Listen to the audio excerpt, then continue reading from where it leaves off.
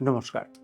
আজকে আমাদের সমাজের একটা বহুল প্রচলিত যোগ নিয়ে আলোচনা করব। যোগটা হলো কি মাঙ্গলিক দোষ। আমাদের সোসাইটিতে একটা কথা প্রচলিত আছে যে মাঙ্গলিক দোষের সঙ্গে নাকি মাঙ্গলিক দোষের বিবাহ হলে সেই মাঙ্গলিক দোষটা কেটে যায় এবং বিবাহ নাকি ভালো সুখের হয়। কিন্তু লাস্ট ২৬ বছরের অভিজ্ঞতা থেকে দেখছি যে মাঙ্গলিকের সাথে মাঙ্গলিকের বিয়ে হলে এই দোষ কখনোই কাটে না এবং জ্যোতিষশাস্ত্রেও এর সপক্ষে কোথাও কোনো বক্তব্য লেখা নেই। এটা একটা সম্পূর্ণ ভ্রান্ত ধারণা। কিন্তু কিছু কিছু মাঙ্গলিক দোষ ঘুমন্ত থাকে, যেগুলোর কোনো এফেক্ট থাকে না। কেন থাকে না?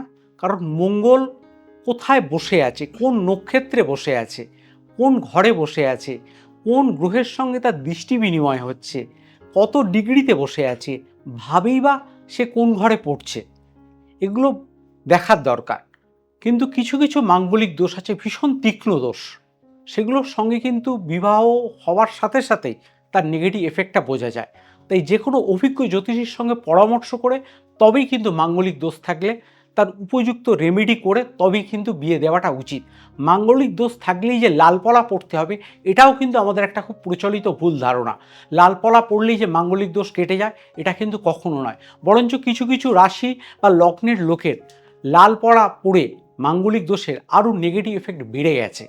তাই দুমদাম না বুঝে লালপলা পড়বেন না মাঙ্গলিক দোষের ক্ষেত্রে।